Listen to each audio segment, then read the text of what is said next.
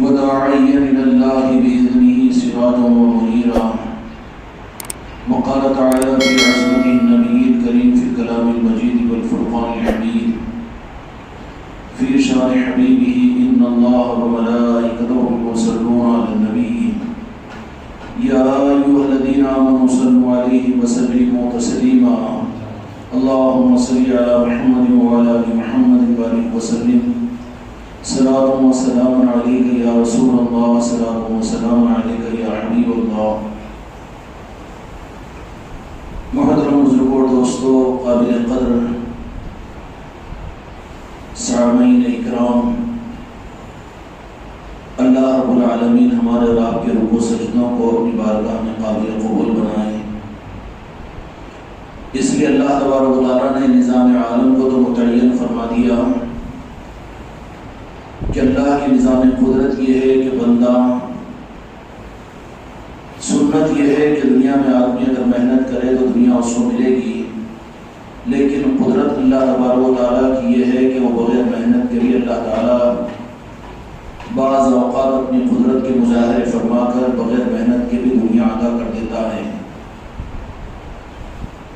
لیکن اللہ تبارک و تعالیٰ تو نظام عالم کے ذریعے سے انسانوں کو یہ بتا دیا کہ یہاں پر بغیر محنت کے بھی دنیا مل جا سکتی ہے. لیکن اسی قادر مطلق رب العالمین نے جس دنیا کو اللہ تبارک و تعالیٰ نے بغیر اسباب کے اختیار کیے ہوئے بھی اسباب کے بغیر بھی دنیا کو دینے پر قادر اور قدرت کا مظاہرہ اللہ تعالیٰ کرتے ہیں. دینی معاملات کے اندر میں اللہ تبارک و تعالیٰ نے بندوں کو حق دینے کے لیے بھی اللہ رب العالمین اسباب کا محتاج نہیں ہے، لیکن خدا کی سنت ہے کہ سبب کے ساتھ دنیا کے نظام کو چلاتا ہے اللہ تعالیٰ. اسی لیے اللہ تبارک و تعالیٰ اس بات پر قادر تھا کہ اللہ تبارک و تعالیٰ اپنے بندوں کو، جو کل قدرت رکھنے والا ہے، اپنے بندوں کے ہر سیکنڈ اور ہر منٹ پر وہ رب العالمین بغیر اسباب کے بھی، بغیر انبیاء کے بھی، بغیر آسمانی کتابوں کے بھی بندوں کو ہدایت دے سکتا تھا، بندوں کے قلوب میں حق کو داخل کر سکتا تھا. لیکن بندوں کو سمجھانے کے لیے اور بندوں کو بتانے کے لیے، بندوں کو آسانیاں ہو جائے اس کے لیے حق کا دینا رب العالمین کے ذمے ہے. لیکن خدا نے حق کے دینے کے نظام کو بھی اسباب کے راستے سے بندوں کو سمجھایا کہ میں قادر مطلق ہونے کے باوجود میں نے اپنے بندوں کو حق اور اپنا دین دینے کے لیے سبب یہ بنا دیا. کہ کیا سبب بنایا؟ کہ سوالات انبیاء کرام علیہ السلام کو مبعوث کیا. اسی طریقے سے اللہ تبارک و تعالیٰ نے آسمانی کتابوں کو دنیا میں نازل کیا اور انسانوں کو گمراہیت سے بچانے اور حق سے موڑنے کے اوپر رہبری کے لیے خدا پاک نے نبیوں کو دنیا میں بھیجا تھا. اور انبیاء کی خدمت یہ تھی کہ وہ بندے جو حق اور رب کے ذات سے اپنے رخ کو پھیر لے، اپنی ذات کی پہچان اور اپنی مرضی کی شناسائی کے لیے اللہ تبارک و تعالیٰ سوالات نبیوں کو اس دنیا میں بھیجتا تھا. اور وہ نبی اور آسمانی کتابوں کی رہبری میں معجزات کے ذریعے سے انسانوں کو حق کی رہبری کیا کرتے تھے. ایک نبی اپنا کام پورا کر کے دنیا سے اللہ تبارک و تعالیٰ کی طرف میں پردے میں چلے جاتے، تو پھر ایک زمانہ گزرتا، انسانیت پھر گمراہ ہو جاتی، نفسانیت اور خواہشات کے راستے پر چلنا اپنی زندگی کا معیار کو بنا لیتے. تو پھر خدا کا انتظام یہ ہوتا تھا کہ پھر دوسرے نبی کو اللہ تبارک و تعالیٰ اس دنیا میں بھیجتا اور پیغمبر کو بھیجتا اور آسمانی کتابوں کو اللہ تبارک و تعالیٰ بھیجنے کا سلسلہ جاری رکھا تھا. لیکن ہمارے آقا دو جہاں کے مالک حضرت محمد مصطفیٰ صلی اللہ علیہ وسلم کو ایسا کامل و اکمل اور مکمل بنا دیا کہ اب آپ کی دنیا میں بعثت کے بعد میں اب کا سلسلے نبوت کی کوئی ضرورت اس دنیا میں کائنات میں نہیں رہی. اور ایسا مکمل قرآن پاک اللہ تعالیٰ نے کتاب اور کلام اللہ کی صورت میں عطا فرما دیا کہ اب رب کی قدرت کے مطابق میں اب رب کو کسی اور نئے کلام کے انسانوں کو دینے کی ضرورت باقی نہیں رہی. تو سوال یہ پیدا ہوتا ہے کہ یہ ضرورت سوالات نبیوں کی جو تھی اور 4 آسمانی کتابوں کی تھی، تو پھر رب العالمین نے اس ضرورت کا انتظام امت کے لیے قیامت کے لیے کیا فرمایا؟ اس لیے کہ یہ عقیدہ اور ایمان ہے کہ ہمارے آقا آخری نبی ہے، لا نبی بعدی انا خاتم النبیین۔ تو اس اعتبار سے کلام الہی بھی اللہ تعالیٰ کا آخری کتاب ہے، اللہ کی آخری کتاب۔ اسی کے ساتھ میں عقیدہ یہ ہوگا کہ مزید اللہ تبارک و تعالیٰ کی طرف سے وحی کے ذریعے سے کوئی نئی کتاب کی اور آسمانی کتاب کی ضرورت باقی نہیں رہی، اور دین کے معاملات میں بھی دین کو اللہ نے مکمل قرار دیا۔ الیوم اکملت لکم دینکم واتممت علیکم نعمتی ورضیت لکم الاسلام دینا۔ دین بھی مکمل ہو گیا، نبوت کا سلسلہ بھی ختم ہو گیا، آسمانی کتابوں کا سلسلہ بھی منقطع ہو گیا۔ تو اب انسانیت تو چلے گی، انسانیت کے لیے گمراہیت بھی چلے گی، انسانیت کے لیے نفسانیت کی راہیں بھی کھلی ہوئی ہوگی۔ اب پھر ایک طرف میں تو انتظام کے سارے نظام ختم ظاہر میں ہو جائے، اور دوسری طرف میں گمراہیت دنیا میں چلے گی، نفسانیت دنیا میں چلے گی، بھٹکنا انسانوں کا چلے گا، غلط راستوں پر چلنا انسانوں کا چلے گا۔ تو جو ضرورتیں ان حق کی راہوں کو زندہ کرنے کے لیے تھی، ان اسباب کو تو خدا نے ختم کروا دیا۔ نبوت کا سلسلہ بھی ختم ہے، آسمانی کتابوں کا نزول بھی ختم ہو گیا، اور پھر انبیاء کرام علیہ السلام کے ذریعے سے دین کو دنیا میں ظاہر کرنے کا نظام بھی بند ہو گیا۔ ہمارے آقا دو جہاں کے مالک آخری نبی اور پیغمبر ہیں، اور ہم جس کتاب پر ایمان لاتے ہیں وہ آخری کتاب قرآن پاک ہے، اور جو دین ہم اختیار کیے ہوئے ہیں وہ دین آخری دین ہے۔ اس کے بعد میں انسانیت کے لیے کوئی دین کی ضرورت نہیں، کسی نبی اور پیغمبر کی ضرورت نہیں، کسی آسمانی کتاب کی ضرورت نہیں۔ تو آنے کے اور حق کے تو یہ سارے ظاہری اسباب کو خدا پاک نے ایک دم بند کر دیا۔ اسی کے ساتھ میں بھی ظاہری طور پر یہ ہونا چاہیے تھا کہ دنیا سے گمراہیت بھی ختم ہو جاتی، دنیا سے شرک بھی ختم ہو جاتا، اور دنیا کے اندر سے ظلمت بھی ختم ہو جاتی، شیطانیت بھی ختم ہو جاتی۔ لیکن رب العالمین کا یہ معاملہ کہ اندھیرے کے ہونے کے تو سارے نظام کو اللہ تبارک و تعالیٰ نے باقی رکھا ہے، لیکن روشنی کے انتظام کو اللہ تبارک و تعالیٰ نے ایک لخت ایک دم بند کر دیا۔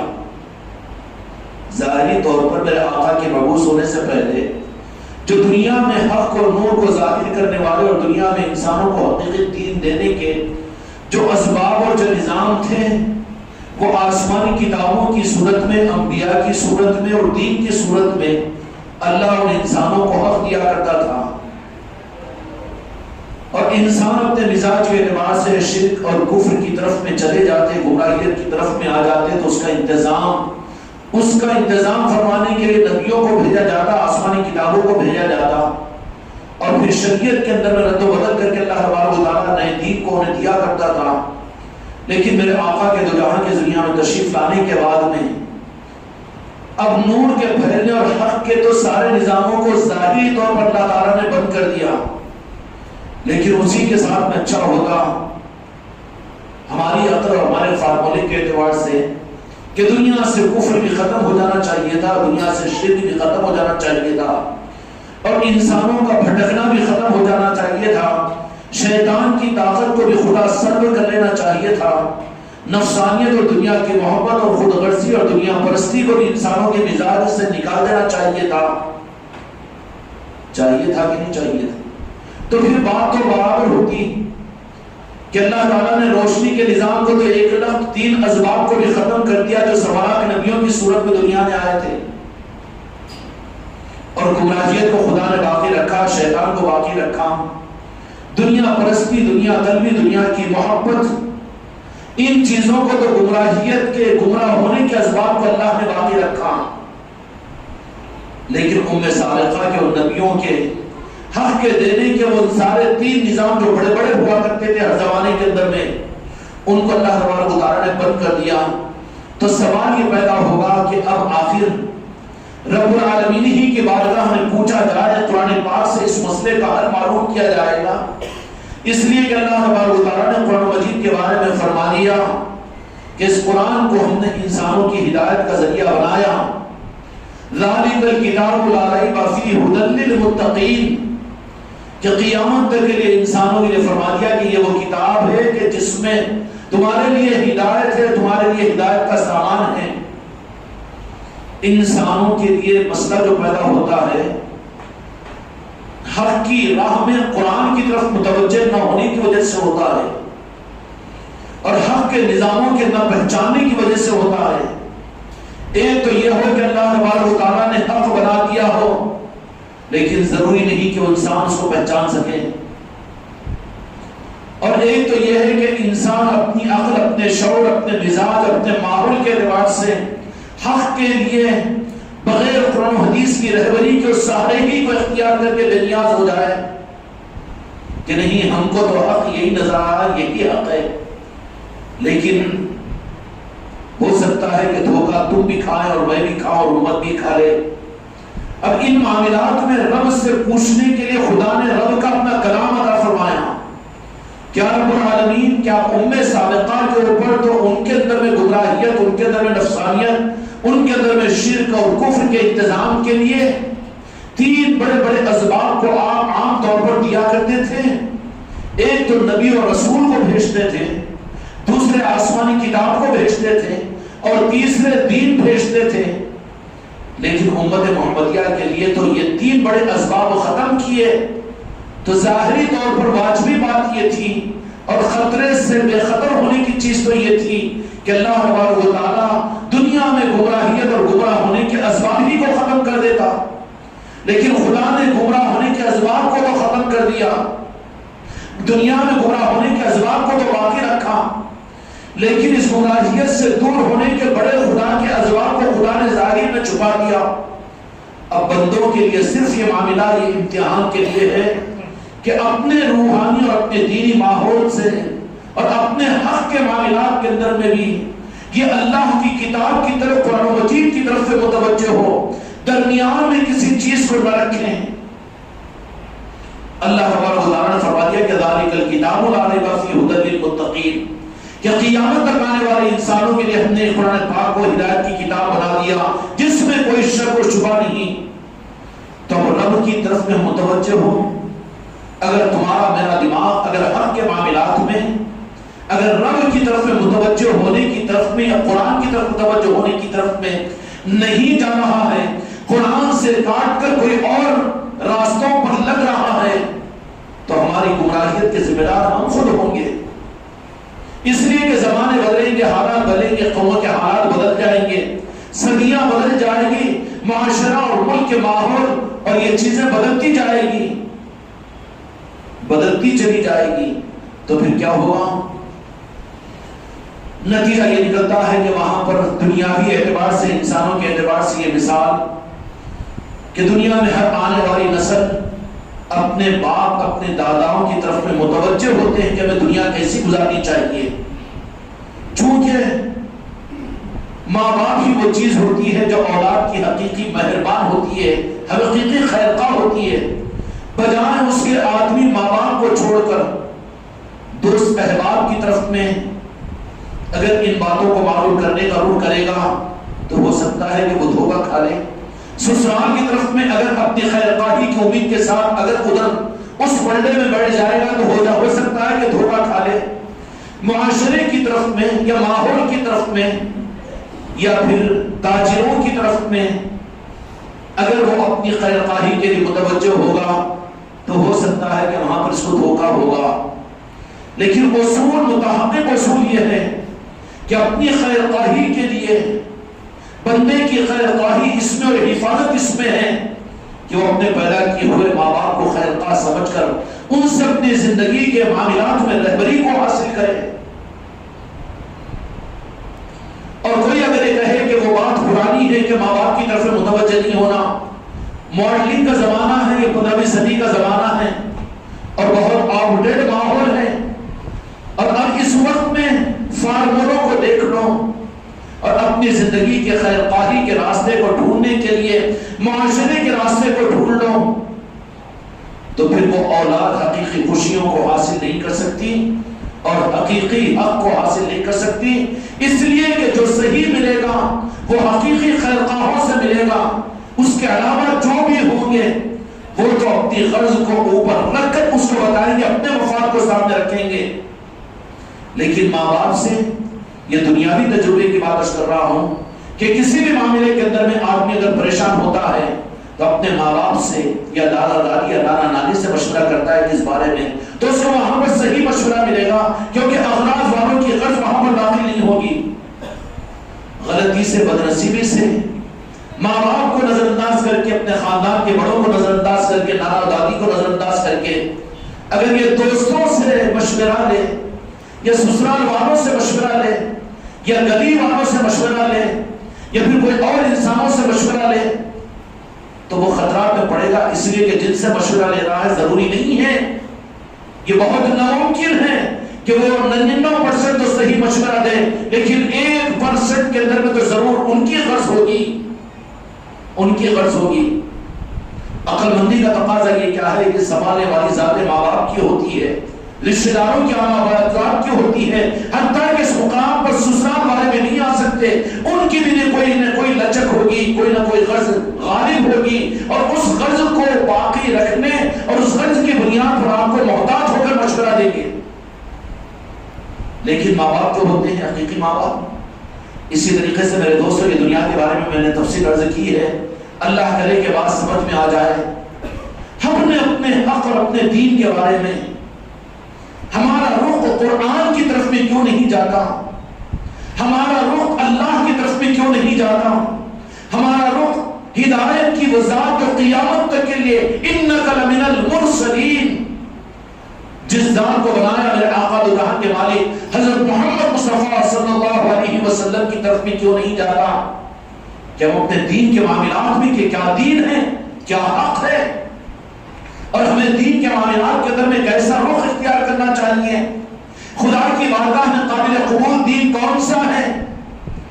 کسی بھی معاملات میں دوست سے پوچھنا، محلے والوں سے پوچھنا، سسرال والوں سے پوچھنا، خاندان والوں سے پوچھنا، یا دیگر قوم والوں سے پوچھنا، یا کسی ٹیچر کے رسپانس سے پوچھنا، یا کسی پروفیسر لیکچرار سے پوچھنا، یہ بہتر ہے یا پھر اپنے سگے ماں باپ اگر حاصل ہو تو سگے ماں باپ سے پوچھنا چاہیے؟ کون صحیح رہبری کرے گا؟ عقل مند تو یہی کہے گا کہ طبیعت کے اعتبار سے، تربیت کے اعتبار سے تمہارا دکھ و درد تو جو ہو، ماں جو اپنے پیٹ میں 9 مہینے تجھے رکھی ہے وہی تیرے درد کو تجھے حقیقی مشورہ دے گی، اور وہ باپ جو اپنے خون کو پسینہ بنا کر تجھے کھلایا اور پلایا ہے وہ باپ ہی تجھے تیری ہمدردی کا صحیح مشورہ دے گا. میرے بھائیوں، یہ فیصلہ کن بات ہے، تو ذرا ہمت کے ساتھ میں دل گردے اپنے اندر میں پیدا کرو، اپنے دینی معاملات کے اندر میں، اپنی آخرت کے لیے، اپنی قبر کے لیے، اور اپنے میدان محشر میں ذلت اور رسوائی سے بچنے کے لیے، اور خدا کی بارگاہ میں نامراد و ناکام ہو کر جہنم میں داخل ہونے سے پہلے اپنی زندگی میں اپنے حق کو قرآن سے ہم پوچھیں. تو قرآن ہمارے لیے حق کا راستہ کیا بتاتا ہے، اور ہم اپنے آقا کی طرف سے متوجہ ہو. تو جہاں کے مالک اور رب العالمین نے قیامت تک کے لیے نبی اور رسول بنا دیا، تو یہ کیسا نظام کہ رسول تو بنا دیا اللہ نے قیامت تک کے لیے، لیکن امت کو رسول سے محجوب کر دیا ہو، چھپا دیا ہو. نہیں، آپ کو پردے میں رکھا گیا، پردے میں لا دیا گیا. لیکن خدا کی قسم اگر میرے آقا کی طرف میں اگر کوئی امتی متوجہ ہوتا ہے دل کے ساتھ میں، تو خدا کی قسم منبر پر کھڑے ہو کر کہہ رہا ہو، تمہاری ماں بعد میں متوجہ ہوگی تمہارے فکر پر، تمہارا نبی جس پر تم نے ایمان لایا اگر سچے دل سے یا رسول اللہ کہو تو وہ میرے آقا تمہاری طرف میں متوجہ ہوں گے اور تمہاری مدد کریں گے اور تمہارے دل کے رخ کو حق کی طرف میں پھیریں گے. لیکن سب کو یاد کرنا، دنیا کے معاملے میں تو قبول کرتے ہو، لیکن دین کے معاملات میں قرآن وہ تو سکرات کے وقت میں پڑھنے کی کتاب ہے، یا وظیفوں کے پڑھنے کی کتاب ہے، یا رمضان میں پڑھنے کی کتاب ہے، یا بیماریوں کی شفا کے لیے پڑھنے کی کتاب ہے. قرآن کے ساتھ میں تو ہمارا معاملہ یہ ہے. اور دوسرا جو حق کا اصل جو راستہ تھا وہ اللہ کی کتاب تھی، وہ کتاب جو تھی اس کے ساتھ میں تو ہمارا معاملہ یہ.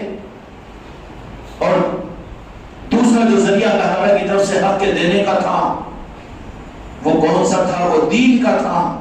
کہ دین انسانوں کو اللہ تبارک و تعالیٰ نے حضرت عیسیٰ علیہ السلام کے زمانے میں یا حضرت موسیٰ علیہ السلام کے زمانے میں حضرت نوح علیہ السلام کے زمانے میں یا جس زمانے کے انبیاء اکرام علیہ السلام نے جو دین کو پیش کیا اس زمانے کی انسانیت کے لیے ٹھنڈی چھاؤں کی چھتری خدا کی قسم اس زمانے کے نبی کا دین تھا. اب قیامت تک کے لیے اب کسی دین کی ضرورت نہیں ہے. الیوم اکملت لکم دینکم واتممت علیکم نعمتی ورضیت لکم الاسلام دینا. کسی نئے دین کی ہمیں ضرورت نہیں ہے. جن کو حق حاصل کرنا ہو آؤ چوکھٹ مصطفیٰ پر، وہ دین محمدی تمہارے لیے راحت کا سامان بنے گی. نہ عیسائیت کی ضرورت ہے، نہ یہودیت کی ضرورت ہے، نہ تورات و انجیل کی ضرورت ہے، بلکہ تورات و انجیل حقیقی بھی وہ ہے جو دین ہی کی تو رہبری کریں گے. اس لیے تورات و انجیل کے ماننے والوں نے بھی جو چھپایا ہے وہ اپنی حقیقی تورات و انجیل کو چھپایا، لیکن حق نہیں چھپ سکتا. تم نے مسجدوں کے اندر میں اگر حق کو چھپائیں گے تو فیفا کے اس کھیل کے میدان کے اندر میں خدا حق کو ظاہر کروائیں گے. خدا حق کو ظاہر کرنے کے لیے قادر مطلق ہے. تم مسجدوں میں ذکر بالجہر کو رکھوائیں گے تو فیفا قدر کے اس میدان کے اندر میں اللہ اللہ اللہ کے ذکر کی صدا دنیا میں لگا کر تم خانقاہ والوں کو تنقید کرو اور پھر پیری سلسلے مریدی کی سلسلے والوں پر اور گھروں میں ذکر کی مجلسوں پر اعتراض کرو. لیکن دیکھنے والوں نے دنیا میں دیکھا کہ کامیابی کے ملنے پر ایمپر کی زبان سے بھی ذکر اللہ اور ذکر بالجہر شروع ہو گیا تھا. ہوا تھا کہ نہیں ہوا تھا؟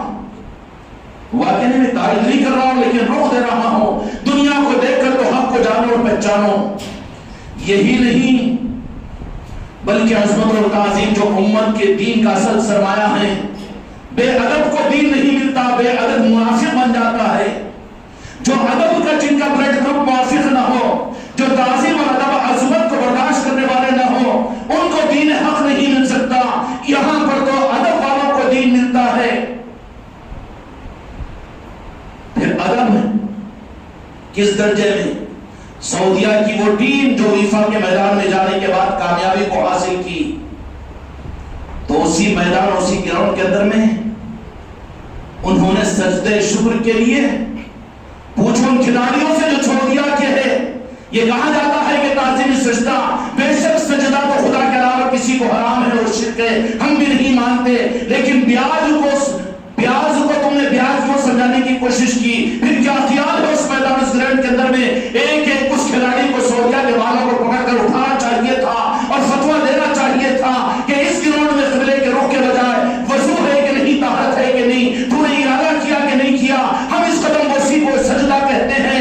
دنیا کے مفتی دے فتویٰ ان سارے کھلاڑیوں کو جو اس ویوا کے میدان کے اندر میں انہوں نے وہاں پر شکرانے کا سجدہ ادا کیا. ہوا کہ نہیں ہوا؟ ادب کو سکھایا، شکر کو سکھایا. جو کفر ہو کافر ہو وہ تو ادب کو نہیں جانے گا، وہ شکر کو نہیں جانے گا، اس کو تو شرک نظر آئے گا. لیکن شکر کا جذبہ دنیا کی چیز کے ملنے پر حاصل ہوا تو وہ یہ نہیں پوچھا کہ یہ جائز کہ ناجائز. لیکن ویفا کے اس میدان اور قطر کے اس گراؤنڈ کے اندر میں ساری دنیا نے دیکھ لیا کہ وہاں پر سجدہ شکر کے لیے کھلاڑی وہاں پر سجدہ کیے کہ نہیں کیے. تو پھر سارے مشرک اب دے دے سعودی عرب والے فتویٰ کہ وہ مشرک ہو گئے، نکالو اپنے ملک سے. نہیں، دین کے معاملات کے اندر میں یزیدیت کے مزاج کو اختیار مت کرو. دین کے معاملات کو تو قرآن سے پوچھو کہ حق کیا ہے. تمہارا قصور یہ ہے کہ تم نے دین کے معاملات کے اندر میں اتنے بھولے جانوروں کی طرف سے ہم بن گئے ہیں کہ جس کے ہاتھ میں ہرا چارہ دکھا یہ جانور ہے کہ اسی کی طرف میں چلنا شروع کیا. معلوم نہیں کہ ہرا چارے والا وہ تیرا مالک ہے جو تیری حفاظت کے ساتھ تجھے کھوٹے پر باندھے گا، یا وہ ہرا چارہ جس کے ہاتھ میں ہے وہ قصائی ہے کہ لے جا کر مطلق کے اوپر اس کو ذبح کرے گا، اس کی بوٹی بوٹی کرے گا. آج شرک و کفر کے معاملات میں، دین کے معاملات میں بھی ہم نے دینداروں سے اور اہل طریقت سے جو قرآن و حدیث نے جس نظام کو قیامت تک کے لیے متعین فرمایا ان سے معلوم کرنے کے بجائے یہ 100-150 سال کے قصائیوں سے ہم نے معلوم کرنا شروع کیا. یہی قصور ہم سے تم سے ہوا. اگر قرآن سے پوچھتے کہ حق کیا ہے اور قرآن سے پوچھتے کہ دین کیا ہے، اگر میرے آقا سے پوچھتے کہ دین کیا ہے اور قلب کا تعلق میرے مصطفیٰ سے جوڑ کر اگر طلب کرتے کہ یا رسول اللہ آپ ہم کو حق عطا کیجئے اور حق کا دین عطا فرما دیے، تو پھر تو یہاں کے مالک میرے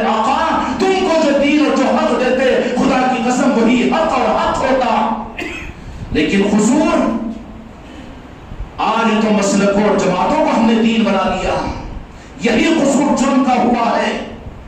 اگر کوئی اولاد حقیقی ماں باپ کو نہ پوچھے اور روٹ جائے، دوستوں سے مشورہ کرنا شروع کرے، خاندان والوں سے مشورہ کرنا شروع کرے، سسرال والوں سے مشورہ کرنا شروع کرے، ماں باپ آ کر نہیں رکائیں گے، اس لیے کہ بڑے غیور ہوتے ہیں، وہ صبر کر لیتے ہیں۔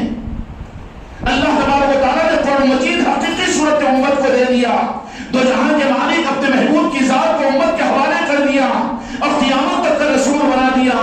قرآن مجید اللہ تعالیٰ نے عطا فرما دیا، دے دیا کہ نہیں دے دیا؟ اب ان کو چھوڑ کر، ان اسباب کو چھوڑ کر اب ہم یہ سمجھیں کہ ہمارا ہی پیر اور ہمارے ہی مولانا، ہمارے ہی مفتی صاحب، ہماری ہی مسلک، ہماری ہی جماعت، تو اللہ رسول کو کیا پڑی؟ اللہ رسول کہاں پہچانے؟ وہ تو اپنے حق کو پہچانیں گے، وہ اپنے دین کو پہچانیں گے۔ تیری مسلک و جماعت تو 100-150 سال کی ہے، ہو سکتا ہے تیرا پیر بھی خود غرض ہو جائے، ہو سکتا ہے کہ تیرا مولانا اور ملا بھی تیرے مان کے کمانے کے لیے تجھے دھوکہ اور دھوس دے دے، اور اپنے عہدوں اپنی کرسیوں کو چمکانے کے لیے اپنی تعداد کو بتا کر امریکہ کے سامنے اپنی اناج کے ڈھیروں میں اپنی جھولی کو پھیلا کر کہ ہمارے اتنے کروڑ ہمارے ماننے والے ہیں، ہم نے ان کو دین کے نام پر دنیا میں تسبیح ہاتھ میں لے کر گھما دیا، اور دیکھو اتنی جماعت اور اتنے اجتماع اور اتنے لاکھ۔ ہو سکتا ہے کہ کچھ ساز باز ہو جائے امریکہ سے اور کچھ ساز باز ہو جائے یہودیوں سے، ممکن ہے، ہوتا ہے، تاریخ ہے یہ، جو نہیں ہوتا۔ جب 60 سال اس دنیا سے میرے آقا کو بڑا فرما کر نہیں ہوئے تو یزیدیوں سے ساز باز کر کے نماز رسول کو شہید کرنے والے، کلمہ پڑھنے والے ہی تھے، یہی نماز پڑھنے والے تھے، اور یہی دین کے، یہی اسلام کے حکومت کے عہدیدار تھے جنہوں نے نماز رسول کو شہید کیا۔ جو نہیں ہو سکتا ہے، ہو سکتا ہے، بعد میں پتا چلتا ہے۔ شکار مت بنو، متوجہ ہو جاؤ اللہ کے کلام تک، اور متوجہ ہو جاؤ میرے آقا کی ذات تک، اور پکارو یا رسول اللہ کے ذریعے سے مدینے والوں کو، اور پھر پوچھو کہ حق راستہ ہمیں عطا کرے، تو پھر دو جہاں کے مالک اور رب العالمین اور دین ان کی جو رہبری کرے گا، کس بات کی رہبری کرے گا؟ اہدنا الصراط المستقیم، اہدنا الصراط المستقیم۔ سوڑے بیٹا ہے، مذہب اٹھاؤں کو، اہدنا الصراط المستقیم صراط الذین انعمت علیہم۔ اللہ کیا کہے گا؟ سورہ فاتحہ تو سنتے ہیں، یاد ہوگی نا سب کو؟ تو اللہ کا کرم ہے کہ سورہ فاتحہ چار سورتیں تو ہو چاہے کسی بھی صورت میں، لیکن یہ تو کم از کم نماز کے قابل تو بنا دیا گیا، وضو کے قابل تو بنا دیا گیا۔ یہ بھی تو دین ہی کی خدمت ہے، ناقدری نہیں کرتے۔ جا کر چل پھر کر اپنے گھروں کو چھوڑ کر انہوں نے سورہ فاتحہ بھی سیکھ لی، نمازوں کی صورتیں بھی سیکھ لی، یہ بھی تو دین کی خدمت ہی ہم مانیں گے، اس کا انکار نہیں کرتے۔ لیکن اہدنا الصراط المستقیم مسئلہ ختم نہیں ہو جائے گا، پھر اللہ فرمائے گا صراط الذین انعمت علیہم، کہ ہدایت یافتہ ہونے کی سند میری بارگاہ سے تمہیں ہدایت ملے، اس کی سند کے لیے انعمت علیہم، ان کے راستے کو اختیار کرو۔ سورہ فاتحہ ہے، سورہ فاتحہ ایمان ہے کہ نہیں ہے؟ یا خانقاہ کی اسٹیج کا بیان ہے یہ، یا کوئی غوث و خواجہ کا قول میں سنا رہا ہوں؟ جس قرآن پر تم ایمان رکھتے ہو کھول کر دیکھ لو قرآن پاک کو، اہدنا الصراط المستقیم صراط الذین انعمت علیہم، کہ چلا ہمیں سیدھے راستے پر چلو۔ اوپر کے ترجمے پر جو تفسیر کی کتابوں میں نہیں، ترجمے قرآن میں مل جائے گا۔ کہاں آپ کو بہت دور بھیجوں؟ اگر پوچھتے ہو راستہ تو پوچھنے والوں کو ہم بھیجتے ہیں راجن شاہ ولی تک، اور پوچھنے والوں کو ہم بھیجیں گے تاج الاولیاء تک، پوچھنے والوں کو ہم بھیجیں گے غریب نواز تک، پوچھنے والوں کو ہم بھیجیں گے غوث الاعظم تک، پوچھنے والوں کو بھیجیں گے مدینے والوں تک۔ ہم ٹھیکیداری پوری امت کی نہیں لی ہے، لیکن حق کو ظاہر کرنے میں پیچھے بھی نہیں ہٹیں گے۔ لیکن پوچھو قرآن سے کم از کم اہدنا الصراط المستقیم، کہ رب محتاج ہو گیا، وہ سیدھا راستہ نہیں دے سکتا، لیکن خدا کا قانون ہے صراط الذین انعمت علیہم، یا اللہ چلا ان کے راستے پر جس پر تو نے انعام کیا۔ یا اللہ میں اور کیوں چکر دے رہا ہے؟ ہم تجھ سے ہی مانگتے ہیں نا، تو ہی تو ہے نا، تو محتاج تو نہیں ہے، مختار ہے۔ نہیں، میرا قانون ہے، میں ماں باپ کے ذریعے سے تمہیں پیدا کیا ہوں۔ ڈائریکٹ یہ نہیں کہنا کہ اللہ ہی پیدا کرا، ماں باپ کون ہوتے، نہیں کہنا، اس لیے کہ ماں باپ سے ہم نے پیدا کیا۔ پیدا تو حقیقت میں تیرے ماں باپ کو بھی ہم نے کیا، لیکن تو یہ نہیں کہنا کہ مجھے صرف اللہ پیدا کیا، بلکہ تو یہ کہے کہ میرے ماں باپ نے پیدا کیا۔ اللہ چاہتا ہے، اس لیے اپنے ماں باپ کے سامنے کاندھے جھکائے ہوئے، یعنی باادب بنو، بے ادبوں کو اللہ پسند نہیں کرتا۔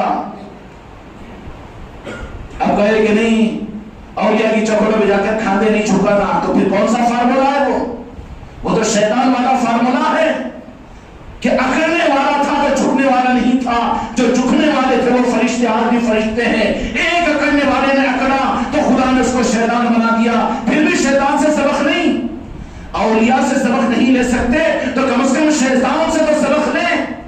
خدا پاک نے شیطان کے واقعات کو بھی تو بیان کیا ہے، سارے فرشتوں نے جھکنا اور ادب کو سیکھا، تو آج بھی وہ فرشتے ہیں، آج بھی وہ فرشتے ہیں، خدا کے فرمانبردار ہے، لیکن ایک نے اکڑ گیا اور پھر جھکنا نہیں سیکھا، چکر میں پڑ گیا کہ سجدہ اللہ کا، تعظیم نہ کو، ادب نہ کو، جھکنا کیوں، اللہ کے سامنے جھکنا، ان چکروں میں جو پڑا تو شیطان نے چکروں میں ڈالا، تو شیطان آج بھی شیطان ہے۔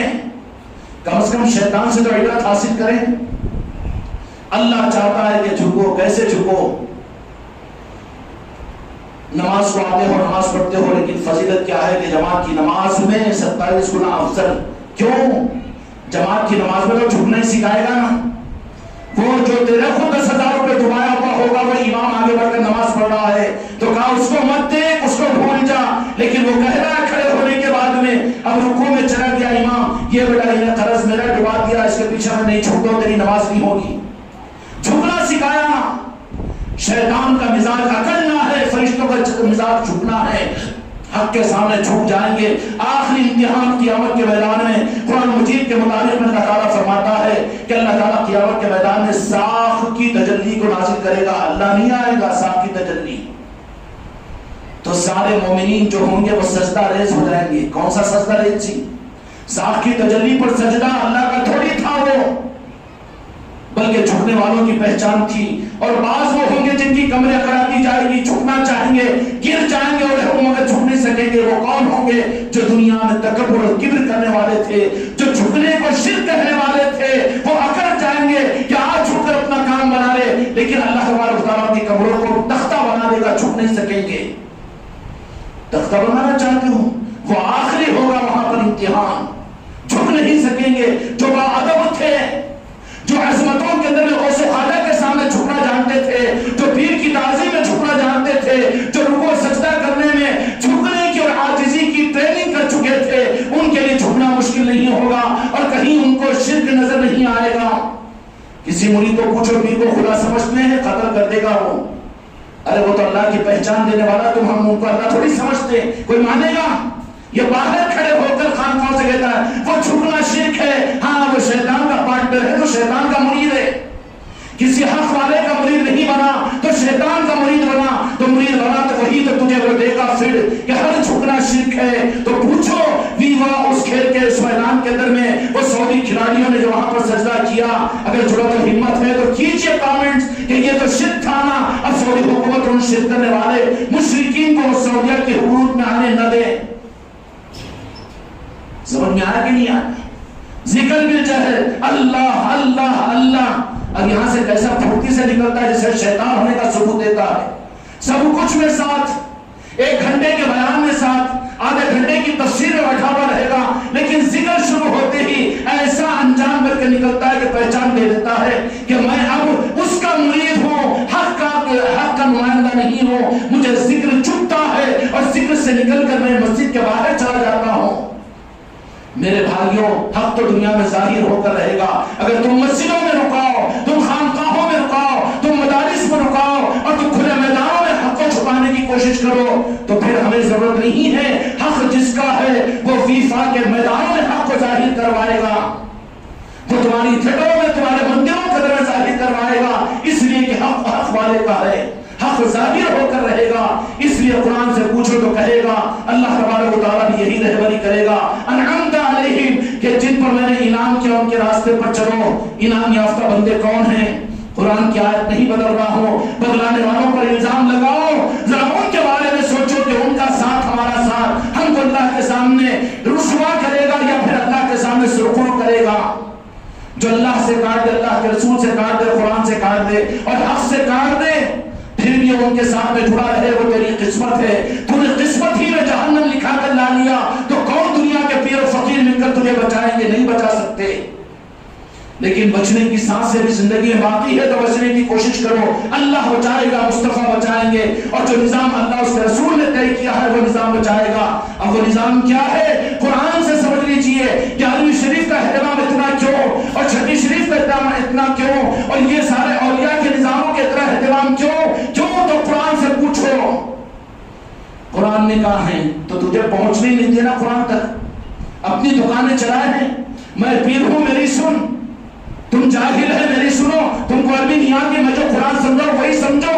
قرآن تک پہنچے نہیں دیا نا، اگر قرآن تک تو نہیں پہنچ سکتا تھا، لیکن تیرے پاس میں کافر تھا، دل سے یا رسول اللہ اگر کہتا، خدا کی قسم میرے مصطفیٰ ہر ایک امتی کو حق دے دیتے، لیکن وہ بھی تو بند کرا دیا نا۔ اماں مر کے 10 سال ہوگا، اماں بولا تو نہیں بولتا، اور دکھنے والوں کو چاما بولنا یہ شرک نہیں ہے؟ یا رسول اللہ کہنا، وہ مومن کہاں ہے جو یا رسول اللہ نہ کہے؟ اس کی نماز کہاں ہوتی ہے؟ التحیات للہ والصلوات والطیبات، السلام علیک ایھا النبی۔ ایھا النبی کا مطلب کیا ہے؟ اے اللہ کے محبوب، ہم آپ پر سلام بھیجتے ہیں، سلامتی نازل ہو۔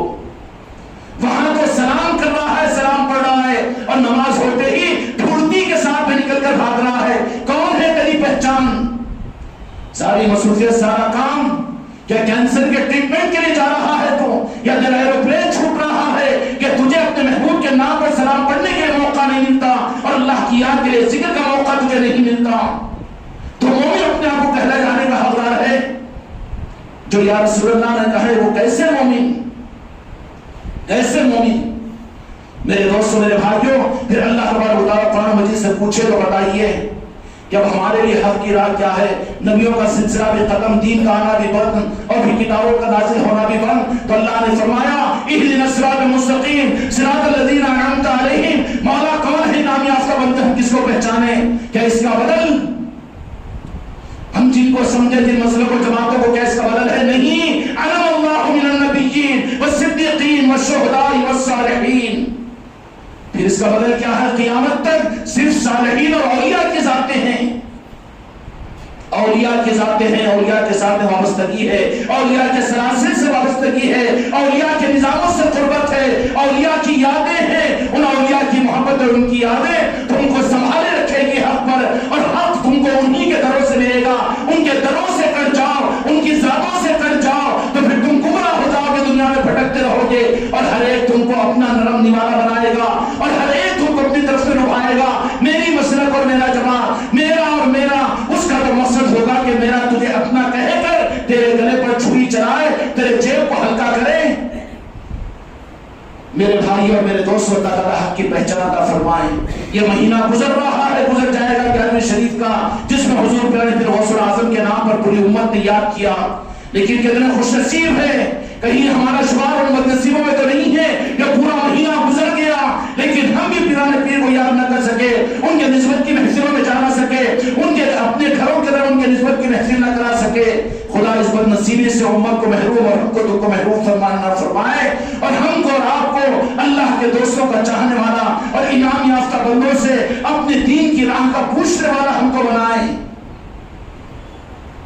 اللہ تبارک و تعالی ہم کو اور آپ کو حق کے اوپر ثبات قدمی عطا فرمائے۔ واخر الحمدللہ رب العالمین۔